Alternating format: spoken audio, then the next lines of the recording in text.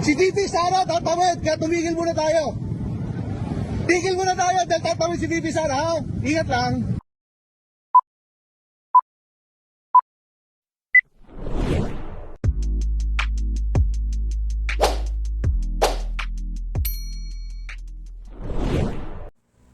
Welcome back sa aking YouTube channel. Para sa mga first time lang po na manood, please click mo na yan, Jeremy's TV, Manila.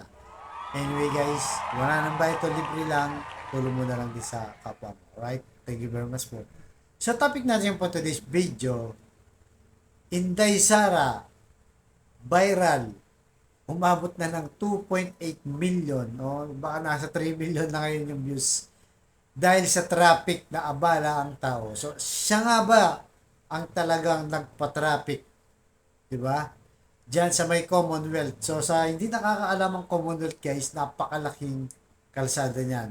Mas malawak pa yan sa EDSA. Kaya pagka diyan nagka-traffic, talagang grabe, bumper to bumper, talagang mabibisit ka. Kung dumaraan man kayo, di pa kayo nakadaan, parang malaking EDSA rin yan. Kaya pagka medyo naaabala na yung nagiinit na yung tao. So bago yan guys, panoorin muna natin yung video na nag-viral. Kung hindi nyo pa napanood, ito papakita natin tapos magbibigay tayo ng reaction. Alright? Pasok! Boss, ano to? Ano po reason? Sino po ito? Sino? VP Sara. So sinara niyo yung Commonwealth para dumaan si VP Sara. Dadaan lang po, cross lang po. Wow. Cross lang po siya, saglit lang po. Ko-cross si VP Sara, sinara niyo yung Commonwealth. Saglit lang po. Alright, sige. Ko-cross si VP Sara. Si VP Sara tatawid, kaya tumigil muna tayo. Tigil muna tayo dahil tatawid si VP Sara, ha? Ingat lang.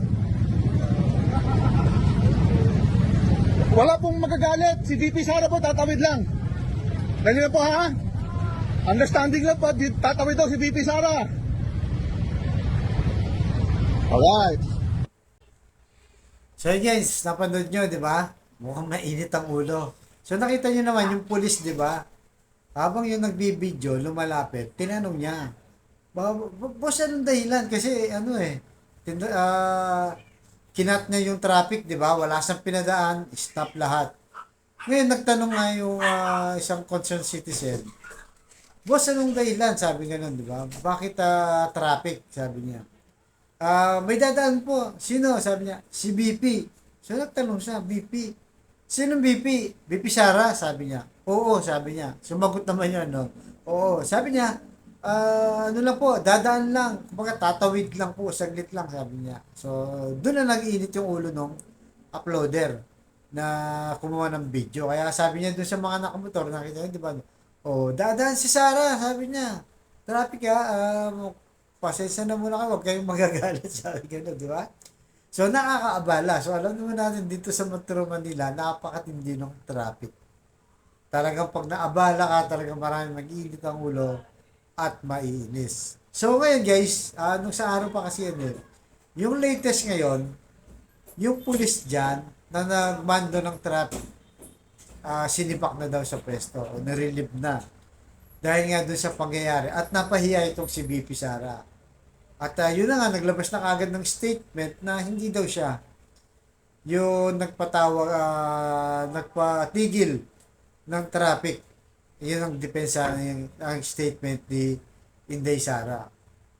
So, yun. Tapos yung QCPD, humingi na rin ng pasensya. Tapos ganyan. So, ngayon, ang tanong ngayon, diba? Ang tanong ngayon, sino ang tumawag dun sa pulis para ipatigil ang traffic, ipahinto dahil dadaan nga daw si BP Sara. Di ba? Kasi ikaw ba naman, isang pulis ka, di ba? Alam naman natin na pagka may mga ganyan, yung pulis talaga yung nagmamando para i-stop yung traffic. Kung walang tumawag sa kanya, ikaw ba, kung mag-isa ka lang, ipapatigil mo ba yan kung walang tumawag? So, sinasabi ng iba, baka daw ang narinig, VIP. Di ba? Kasi pag sinabing VIP, siyempre, hindi mo lang kung sino yun. Kung sino yung VIP na yun. Pero ang sabi niya kasi malinaw, di ba? BP dadaan, tapos inulit pa nung uploader, sabi niya, BP Sara, oo, sabi niya, oo eh. Di ba? Yung police. So, yun na ngayon ang nangyari, guys. Dahil nga napahiya si Sara at nag-trending na nga, sinibak yung ano. Pero ang tanong dito, di ba?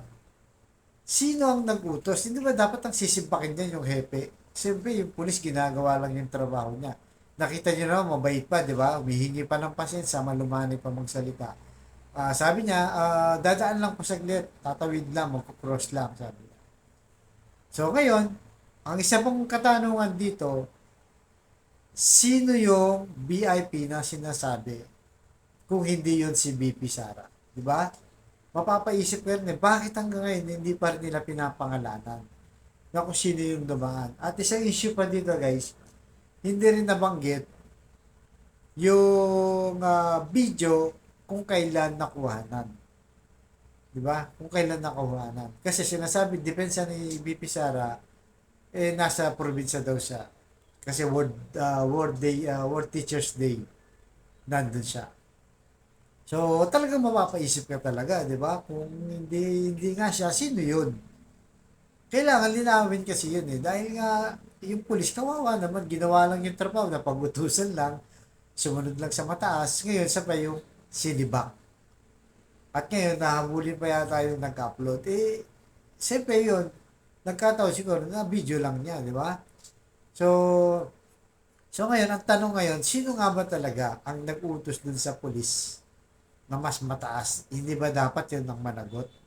Bakit yung pulis na inutusan lang sa baba ang mananagot? Kung wala naman yung utos yan, sa tingin nyo guys, gagawa sa ganyan, hindi. At malinaw sinabi niya, BP. BP, hindi niya naman binanggit nga yung Sara. Ang nagbanggit doon, yung upload. Pero tinanong naman niya, BP Sara? Oo, sabi niya. Magkukross lang, dadaan lang, tatawid lang, parang ganun sinabi. So kayo guys, ano sa tingin nyo? Si Inday Sara ba yun? O ibang VIP? Kaya yung dalawang tanong, kailangan ding masagot ng Quezon City Police District. Na una, sino ang nag-utos dun sa pulis na dadaan si BP? Na sinasabi BP Sara daw.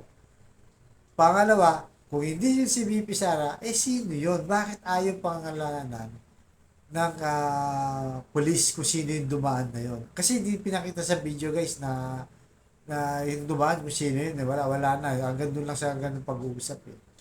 Kaya kayo guys, sa tingin nyo, sino kaya yung VIP sinasabi na nakuha pang tanggalin yung police na ginawa lang naman ng utos sa taas na hindi natin alam kung anong dahilan.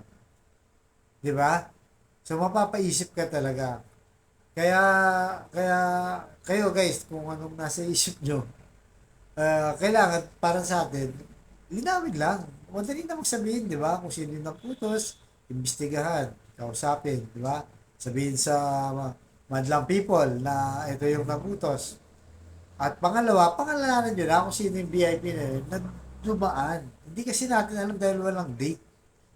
Hindi sinabi nung time na yon yung araw na ba yun, in-upload o nagkataon na World Teachers Day lang.